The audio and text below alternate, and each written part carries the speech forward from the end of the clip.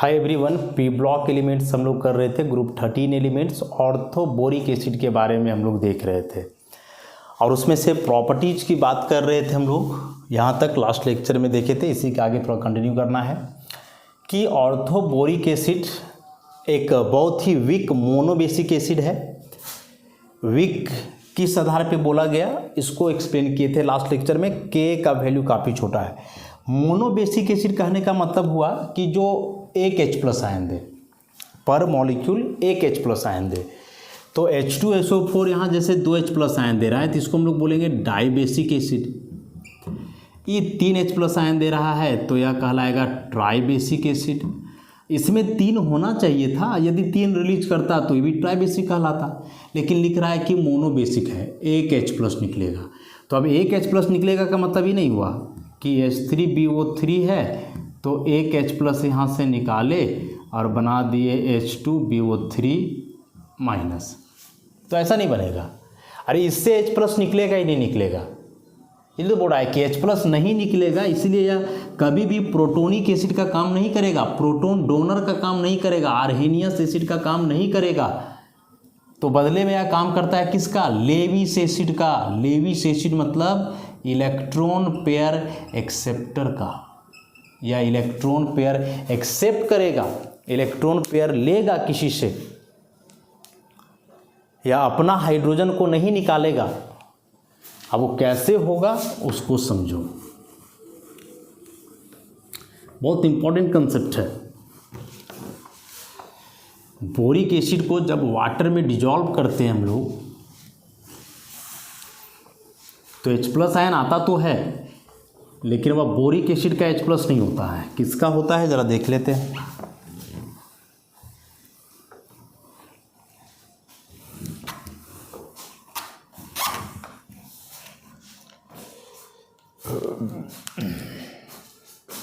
तो इसके लिए है कि बोरिक एसिड BOH3 वाटर में जब इसको डिजॉल्व किया जाता है तो बनता है BOH4- और यहाँ से निकलेगा H+, जो कि वाटर के बाकी मॉलिक्यूल के साथ कंबाइन करके बदल जाएगा किस में?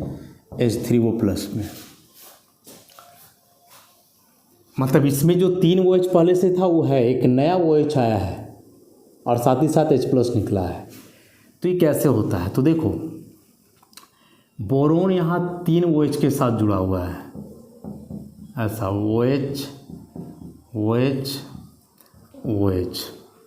बॉन्ड को थोड़ा अलग करके दिखाते हैं। मान लो ये OH बॉन्ड ऐसा हो गया, ये भी यहाँ OH बॉन्ड हो गया, और इसको भी दिखला दो ऐसे, ठीक। कहानी क्या है कि जैसे आप लेते हो सल्फ्यूरिक एसिड, कंपेयर करके बता रहे हैं, समझ में आएगा। ऐसा सल्फ्यूरिक एसिड हम लोग लेते हैं तो सल्फ्यूरिक एसिड में होता है क्या है कि यह ऑक्सीजन जो है इलेक्ट्रोनेगेटिव है हाइड्रोजन के तुलना में, तो यह ऑक्सीजन इस हाइड्रोजन के इलेक्ट्रॉन को विड्रॉ करता है। तो जब हाइड्रोजन के इलेक्ट्रॉन को विड्रॉ करेगा ऑक्सीजन, तो जाहिर सी बात है हाइड्रोजन के पास इलेक्ट्रॉन डेफिशिएंसी आएगी, और हाइड्रोजन पे इलेक्ट्रॉन डेफिशिएंसी आएगी, धीरे धीरे उसका इलेक्ट्रॉन लेते चले जाएगा ऑक्सीजन। तो फाइनली इसके पास कोई चांस बचेगा नहीं निकलने के सिवाय। तो इस पर Δ+ और यहाँ रहेगा Δ-, तो यहाँ से निकलेगा। तो काम तो यहाँ भी हो रहा है कि ऑक्सीजन हाइड्रोजन के बीच बॉन्ड है, ऑक्सीजन ज़्यादा इलेक्ट्रोनेगेटिव है, तो इस पे पार्शियल माइनस, इस पे पार्शियल प्लस, तो यहाँ भी इलेक्ट्रॉन को विड्रॉ करेगा। लेकिन समझना क्या है आप, सो देखो, ठीक है ऑक्सीजन दोनों जगह हाइड्रोजन के इलेक्ट्रॉन को विड्रॉ करेगा, लेकिन ऑक्सीजन के बगल में भी तो देखो कौन है। ऑक्सीजन के बगल में यहाँ कौन है? सल्फर है, बोरोन है। और बोरोन का इलेक्ट्रोनेगेटिविटी तो हम लोग जानते ही हैं, ऑक्सीजन से काफ़ी कम है, 2.0, जबकि ऑक्सीजन का 3.5। तो उस हिसाब से ऑक्सीजन यहाँ हाइड्रोजन के इलेक्ट्रॉन को तो विड्रॉ करेगा ही, उससे भी पहले या बोरोन के इलेक्ट्रॉन को विड्रॉ करेगा, क्योंकि बोरोन और भी कम इलेक्ट्रोनेगेटिव है। हाइड्रोजन का तो चलो फिर भी 2.1 और 2.2 है, बोरोन का तो 2.0 है। तो हाइड्रोजन और बोरोन की तुलना को यदि हम लोग कंपेयर करेंगे इन दोनों को, तो बोरोन फिर कम इलेक्ट्रोनेगेटिव है हाइड्रोजन से, बीच में ऑक्सीजन ज़्यादा इलेक्ट्रोनेगेटिव है इन दोनों से। लेकिन ये क्या करेगा, इलेक्ट्रॉन इधर से भी खींचेगा इधर से, लेकिन ज़्यादा किधर से खींचेगा, बोरोन से, क्योंकि बोरोन का इलेक्ट्रोनेगेटिविटी हाइड्रोजन से भी कम है। तो ज़्यादा इलेक्ट्रॉन इधर से खींचेगा, इस तरफ से कम, इसलिए इधर पार्शियल दिखाए हैं ऐसा डॉटेड करके। अब यदि ऑक्सीजन मैक्सिमम इलेक्ट्रॉन इधर से ही खींच लेगा तो क्या वह हाइड्रोजन के इलेक्ट्रॉन पे उतना ध्यान देगा, हाइड्रोजन के इलेक्ट्रॉन को या उतना ज़्यादा विड्रॉ करेगा जितना करना चाहिए, तो डेफिनेटली नहीं करेगा। यहाँ भी वैसे ही बात है, यहाँ सल्फर का भी इलेक्ट्रोनेगेटिविटी ऑक्सीजन से कम होता है, 2.6 के आसपास होता है इलेक्ट्रोनेगेटिविटी इसका, या 2.8 के आसपास। तो ऑक्सीजन से तो कम ही है, तो इसको भी, इस इलेक्ट्रॉन को विड्रॉ करना चाहिए था, लेकिन होता नहीं है, उल्टा होता है। यहाँ ऑक्सीजन के इलेक्ट्रॉन को ही सल्फर विड्रॉ करता है। क्यों? क्योंकि सल्फर यहाँ फ्री नहीं है, सल्फर जुड़ा हुआ है डबल बॉन्ड ऑक्सीजन से, देखो। और जब ऑक्सीजन किसी के साथ डबल बॉन्ड बना रहा हो तो फिर वह पूरा ग्रुप बन जाता है कैसा, इलेक्ट्रॉन विथड्रॉइंग नेचर का। वह पूरा ग्रुप कैसा बन जाता है, इलेक्ट्रॉन विथड्रॉइंग नेचर का। मतलब अभी पूरा ग्रुप क्या करेगा कि इलेक्ट्रॉन खींचेगा इस बॉन्ड का, भले ही ऑक्सीजन ज़्यादा इलेक्ट्रोनेगेटिव हो सल्फर से, लेकिन सल्फर के साथ वहाँ पहले से भी ऑक्सीजन जुड़ा हुआ है डबल बॉन्ड से, और डबली बॉन्डेड ऑक्सीजन वाले जो ग्रुप्स होते हैं वे इलेक्ट्रॉन विथड्रॉइंग होते हैं, इलेक्ट्रॉन खींचने वाले ग्रुप्स होते हैं, और ऐसे ग्रुप को हम लोग ऑक्सो ग्रुप बोलते हैं। ऐसा चाहे नाइट्रोजन डबल बॉन्ड ऑक्सीजन हो, सल्फर डबल बॉन्ड ऑक्सीजन हो, फास्फोरस डबल बॉन्ड ऑक्सीजन हो, तो ये सभी क्या कहलाते हैं, ऑक्सो ग्रुप कहलाते हैं। And oxo group is always electron withdrawing. अब दोनों को जरा यहाँ से समझो, बोरोन से ज़्यादा इलेक्ट्रोनेगेटिव ऑक्सीजन, सल्फर से ज़्यादा ऑक्सीजन, लेकिन बोरोन और सल्फर को कंपेयर करोगे तो बोरोन का काफ़ी कम इलेक्ट्रोनेगेटिविटी, बोरोन का बहुत ज़्यादा इलेक्ट्रॉन खींच लेगा ऑक्सीजन यहाँ पे, जबकि यहाँ सल्फर के साथ कहानी उल्टा है। ये तो बहुत ज़्यादा डिफरेंस नहीं है दोनों का इलेक्ट्रोनेगेटिविटी में, और साथ ही साथ यहाँ सल्फर पहले से ही डबल बॉन्ड ऑक्सीजन से जुड़ा हुआ है, तो यह जो ऑक्सो ग्रुप बना हुआ इलेक्ट्रॉन लेने वाला खुद होता है। मतलब यहाँ उल्टा हो जाएगा ऑक्सीजन का, ऑक्सीजन इस सल्फर का इलेक्ट्रॉन नहीं ले पाएगा, बल्कि यह पूरा ग्रुप मिल करके ऑक्सीजन का ही इलेक्ट्रॉन लेगा। और जब यहाँ ऑक्सीजन का इलेक्ट्रॉन कोई लेगा तो ज़रा सोचो कि इस ऑक्सीजन का इलेक्ट्रॉन लेने का टेंडेंसी पहले से और बढ़ेगा कि घटेगा? ऑब्वियसली बहुत ज़्यादा बढ़ जाएगा। Oxygen is more electronegative than hydrogen, तो उस आधार पे ऑक्सीजन इस बॉन्ड का इलेक्ट्रॉन तो खींच ही रहा था, लेकिन अब ऑक्सीजन देखा कि अरे मेरा तो कोई और खींच रहा है, तो इस केस में इसका इलेक्ट्रोनेगेटिविटी और भी ज़्यादा बढ़ जाएगा। और ये जो देख रहे थे शुरू में माइनस आ रहा था हाइड्रोजन का इलेक्ट्रॉन लेने के चलते, अब माइनस कहाँ से रहेगा? जब इसका इलेक्ट्रॉन फिर कोई खींच रहा है तो सवाल ही नहीं है माइनस आने का। अब इसके ज़्यादा और खींचेगा इलेक्ट्रॉन को। अब जितना ज़्यादा हाइड्रोजन के इलेक्ट्रॉन को खींचेगा वह हाइड्रोजन उतना ही जल्दी यहाँ से बाहर हो जाएगा H+ के रूप में। हाइड्रोजन को तो चलो थोड़ा बहुत पहले से रहा था कि ऑक्सीजन अपने हिसाब से इलेक्ट्रॉन खींच रहा है, लेकिन ऑक्सीजन का इलेक्ट्रॉन खींचने का पावर तो और बढ़ गया। कब? जब ऑक्सीजन का इलेक्ट्रॉन कोई और लेने लगा। जैसे होता है ना, मान लो एक जनरल सा बेसिक सा एग्जाम्पल हम देते हैं। क्लास में पढ़ते हो, कुछ बदमाशी किए, टीचर को गुस्सा आ गया, पीट दिए। लेकिन अब ऐसे सीखो कि टीचर पहले से गुस्सा में है, मतलब वो टीचर प्रिंसिपल से डांट खा के आए हैं। ऐसे समझो कि वे जो टीचर हैं वे प्रिंसिपल से डांट खा के आए हैं, क्लास में आए, वैसे तुम और हल्ला कर दिए, तो तुम्हारा पिटाने का चांस और बढ़ेगा कि घटेगा? सोच लो। ऑब्वियसली बढ़ेगा। एक तो तुम हल्ला किए, गुस्सा हो गए, ऊपर से वो भी किसी से सुन के आए हैं, तो उस केस में तो तुम्हारे पिटाने का टेंडेंसी और बढ़ेगा, तुम्हारे क्लास से बाहर जाने का टेंडेंसी और बढ़ेगा। तो वही चीज़ तो यहाँ हो रहा है ना, कि यहाँ ऑक्सीजन हाइड्रोजन का इलेक्ट्रॉन ले रहा था, वहाँ तक ठीक था। अब ऑक्सीजन का भी कोई ले रहा है तो इसका इलेक्ट्रॉन लेने का टेंडेंसी और बढ़ेगा, तो हाइड्रोजन को उतना ही जल्दी यहाँ से बाहर निकलने का टेंडेंसी इंक्रीज कर जाएगा, बढ़ जाएगा। और ऊपर में देखो तो ऊपर में ऐसा हो पाएगा क्या? बिल्कुल नहीं हो पाएगा। एक तो ऑक्सीजन हाइड्रोजन का इलेक्ट्रॉन जो ले रहा था अब वो नहीं के बराबर लेगा, क्योंकि ऑक्सीजन इधर बोरोन की तरफ से भी इलेक्ट्रॉन ले रहा है, इवन इधर से ही ज़्यादा लेगा, इस तरफ से नहीं लेगा। मतलब यहाँ ऑक्सीजन का हाइड्रोजन के इलेक्ट्रॉन को लेने का पावर बढ़ रहा है, जबकि यहाँ ऑक्सीजन का हाइड्रोजन के इलेक्ट्रॉन को लेने का पावर घट रहा है, डिक्रीज कर रहा है। तो तुम चाहोगे कि यहाँ वाले H+ को हम निकाल दें ऐसे करके, बेवकूफ़ी होगा, ऐसा कभी नहीं हो सकता है। तो समझ गए इस बात को कि क्यों इसमें OH बॉन्ड का हाइड्रोजन नहीं निकलेगा और इसमें निकलेगा? इसके पीछे यही पूरा कहानी था। अब यह जो इक्वेशन लिखे हैं इसको एक्सप्लेन करते हैं हम लोग कि जैसे ही BOH का होल 3 लिखे, ट्राइगोनल प्लेनर अभी हम लोग दिखाते हैं ऐसा।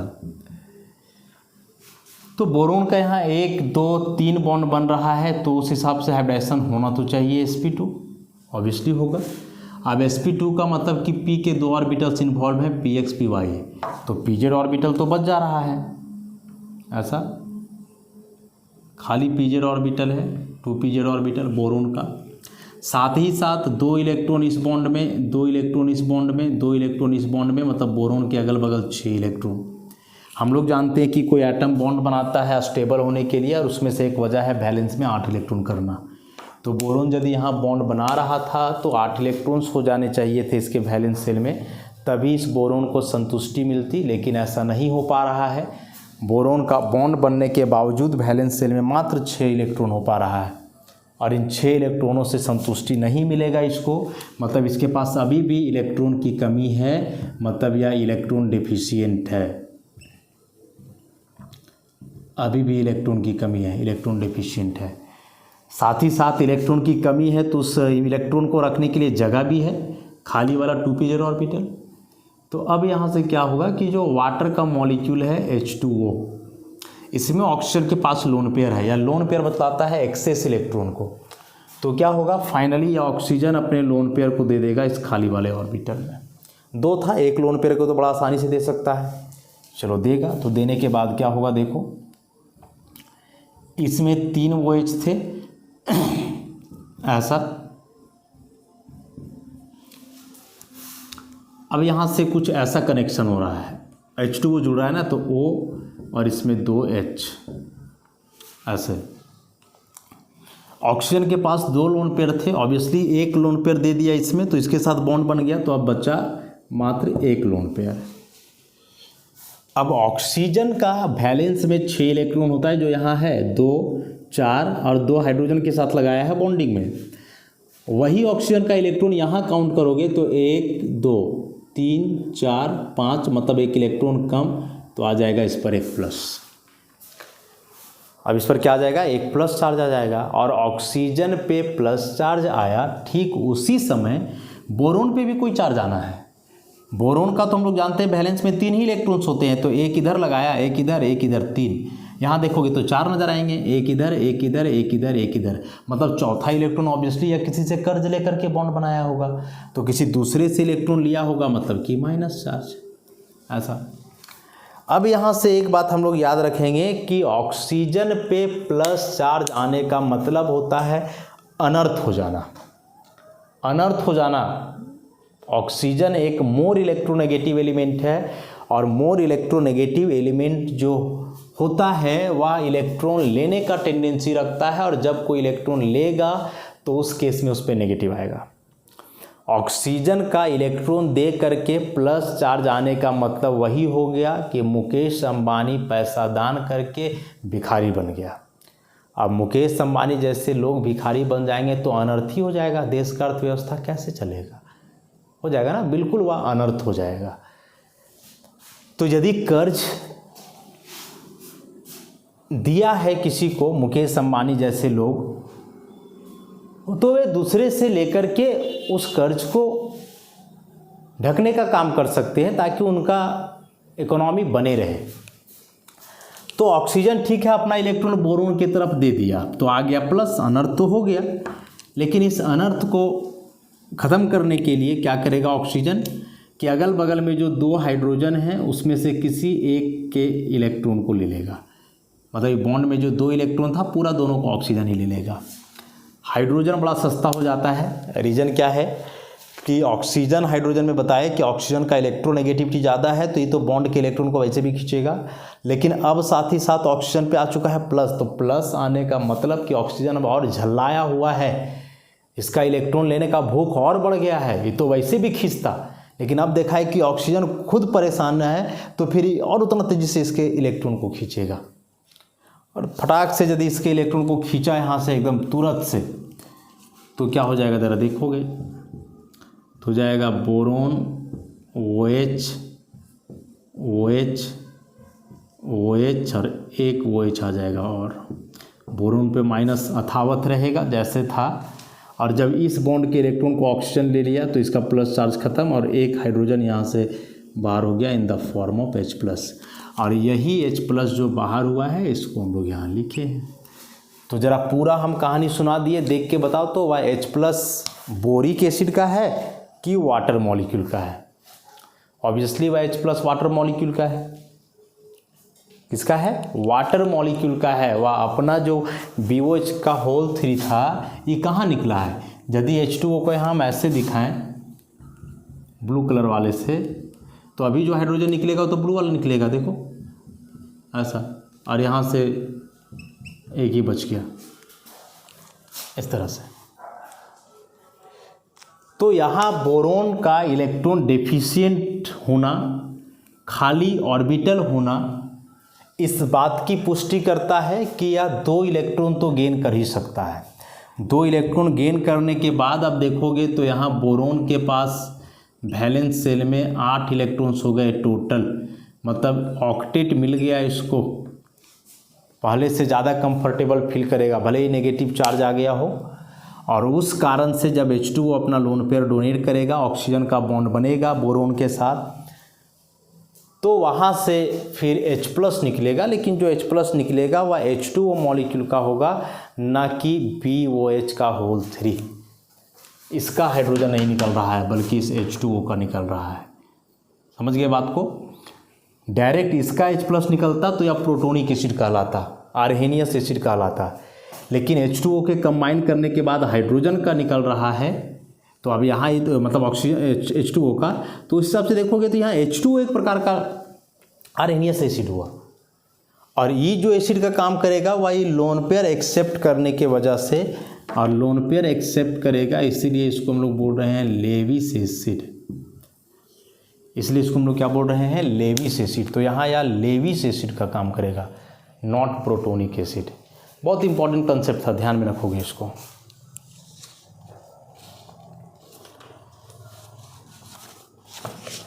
कि ऑर्थोबोरिक एसिड एसिड है, लेकिन किस प्रकार का? ऑप्शन दिया हुआ रहेगा, Arrhenius acid, Bronsted acid, Lewis acid, Lux Flood acid, ऐसे करके ऑप्शंस दिए हुए रहेंगे कि किस प्रकार का एसिड है। तो वहाँ बात को समझोगे कि यह एक लेविस एसिड है, not Arrhenius acid, not Bronsted acid, Lewis acid. बहुत इंपॉर्टेंट कंसेप्ट है।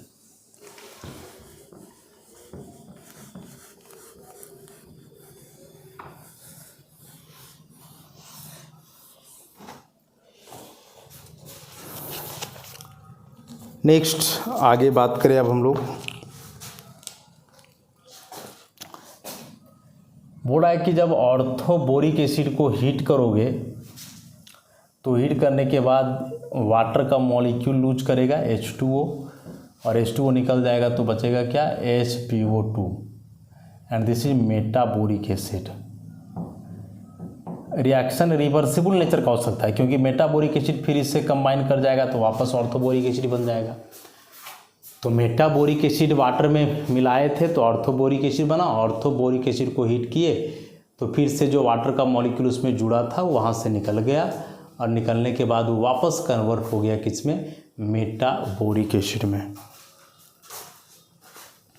अब बोल रहा है कि इस मेटाबोरिक एसिड को जब हीट करोगे तो फिर टेट्राबोरिक एसिड का फॉर्मेशन होगा। 4 मोल्स मेटाबोरिक एसिड HbO2, 4 मोल। इसको 160 डिग्री सेल्सियस पे हीट करोगे तो H2B4O7 टेट्राबोरिक एसिड का फॉर्मेशन होगा। और इसको जब हीट करोगे तो बोरिक एनहाइड्राइड बन जाएगा, 2B2O3 + H2O। देख रहे हो किस तरह से कंसिक्वेंसेस हैं कि first of all boric acid को हीट करा हमने तो मेटाबोरिक एसिड बना। हीटिंग कंटिन्यू रखते हो तो वह मेटाबोरिक एसिड कन्वर्ट हो जाएगा टेट्राबोरिक एसिड में। अगेन हीट को कंटिन्यू रख रहे हो तो वह टेट्राबोरिक एसिड कन्वर्ट हो जाएगा फाइनली बोरिक एनहाइड्राइड में with the elimination of water molecule. Sequence reaction का देखो। तो एग्जाम में आएगा कि जब हम लोग ऑर्थोबोरिक एसिड को हीट करेंगे तो क्या बनेगा, और ऑप्शन में सब रहेगा, मेटाबोरिक एसिड, टेट्राबोरिक एसिड, बोरिक एनहाइड्राइड, तीनों बनेंगे। चूँकि हीट करोगे तो अब यहाँ तक बना और तुम हीट करना छोड़ दोगे, कैसे पता चलेगा? कंटिन्यूस हीट करते रह गए तो फिर ही बदल जाएगा इसमें और ही बदल जाएगा इसमें, फाइनल प्रोडक्ट यही रहेगा, बोरिक एनहाइड्राइड। तो ध्यान रखोगे इस बात को। उसके अतिरिक्त अब बोल रहा है कि जो बोरिक एसिड है, जब इसको इथेनॉल के साथ हीट करते हैं कंसनट्रेटेड H2SO4 के प्रेजेंस में, तो एस्टर बनता है, और उस एस्टर को जलाओगे तो ग्रीन फ्लेम निकलता है। एस्टर का फॉर्मेशन होता है, और क्या बोले कि जब उस एस्टर को आप जलाओगे तो ग्रीन कलर का फ्लेम निकलेगा।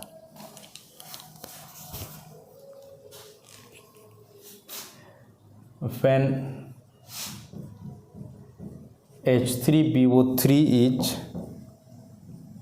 heated with ethanol,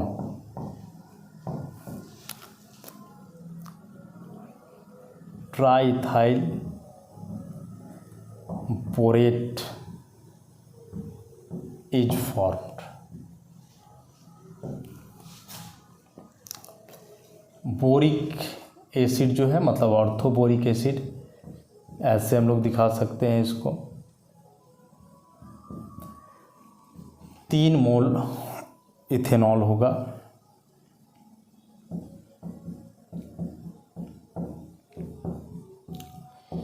ऐसा, इधर से भी एक H2O यहाँ से, एक यहाँ से, एक यहाँ से, ऐसे पूरा ओवरऑल 3 मोल वाटर बाहर होगा, और BO(C2H5) C2H5 C2H5, this is triethyl borate. Alcohol का जब एसिड से रिएक्शन होता है तो एस्टर का फॉर्मेशन होता है, तो एक प्रकार से यह एस्टर है। जब इसको आप जलाओगे, हीट करोगे, तो बड़ा ग्रीन फ्लेम मिलेगा। बर्न करने पर, इसको हीट नहीं लिखें, बर्न लिखें, कि जब इसको जलाएंगे आग में तो जलाने के बाद कैसा फ्लेम मिलता है, ग्रीन कलर का फ्लेम मिलता है। यहाँ भी कुछ कुछ सोचने लायक बात है, और सोचने लायक बात क्या क्या है कि इसको हम लोग ऐसे क्यों नहीं दिखलाए।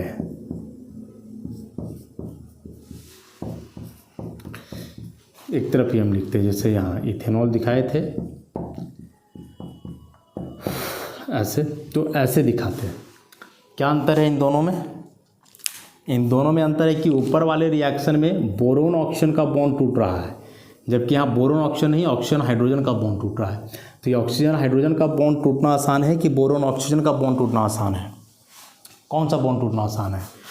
तो जो बॉन्ड ज़्यादा पोलर होगा, more polar bond is cleaved first, जो ज़्यादा पोलर बॉन्ड है वो पहले टूटेगा।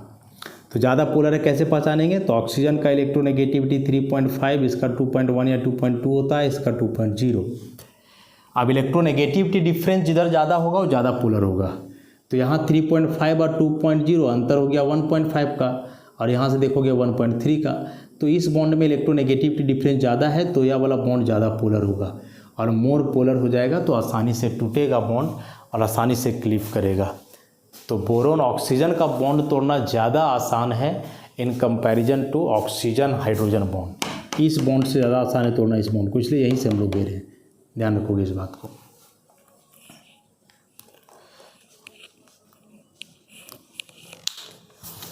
इसके अलावा कुछ सिंपल से रिएक्शंस और भी हैं। कैल्शियम फ्लोराइड के साथ जब हीट किया जाता है ऑर्थोबोरिक एसिड को, तो क्या बनता है?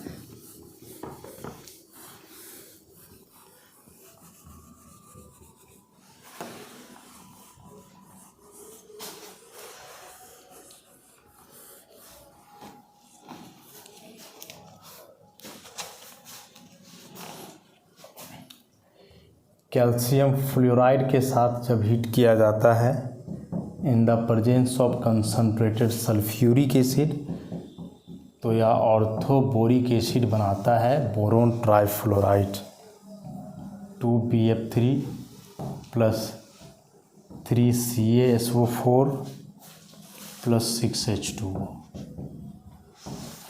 This is the major product. Orthoboric acid को हीट किया किसके साथ? Calcium fluoride in the presence of concentrated sulphuric acid, boron trifluoride का फॉर्मेशन हुआ, साइड प्रोडक्ट के रूप में कैल्शियम सल्फेट और वाटर।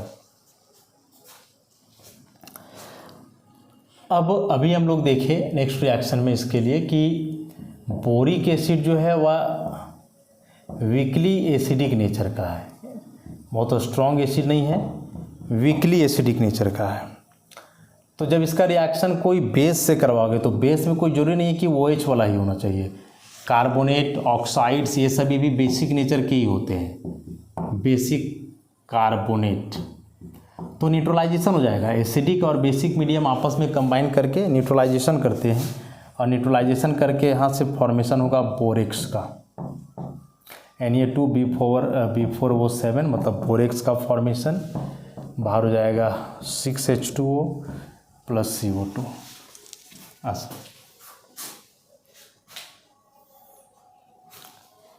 इस रिएक्शन को समझे, एसिडिक नेचर का है, यहाँ जो हमने कार्बोनेट लिया वह बेसिक नेचर का है, न्यूट्रलाइजेशन रिएक्शन होगा, बोरेक्स का फॉर्मेशन होगा। बोरेक्स से हम लोग बोरिक एसिड बना रहे थे ना, याद करो, बोरेक्स से बोरिक एसिड हम लोग बना रहे थे सल्फ्यूरिक एसिड वगैरह का ट्रीटमेंट करके। अब इस बोरिक एसिड से वापस बोरेक्स बना सकते हैं जब इसका ट्रीटमेंट हम लोग किससे करेंगे? सोडियम कार्बोनेट से करेंगे। और अब लास्ट में आता है इस बोरिक एसिड के यूजेज। बोरिक एसिड के यूजेज क्या यूज है बोरिक एसिड का?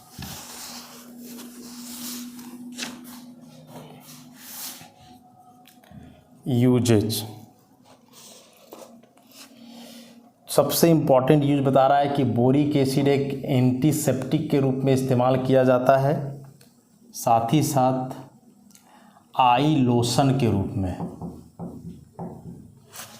एंटीसेप्टिक मतलब कहीं कट छड़ जाए तो उसको ठीक करने के लिए जो दवाई वहाँ लगाया जाता है, मरहम वगैरह टाइप का, जैसे डेटॉल, बोरोप्लस, ये सभी एंटीसेप्टिक है कि कहीं कट छड़ गया उसको लगा दो तो ठीक कर देता है उसको। माइक्रो ऑर्गेनिजम्स के चलते जो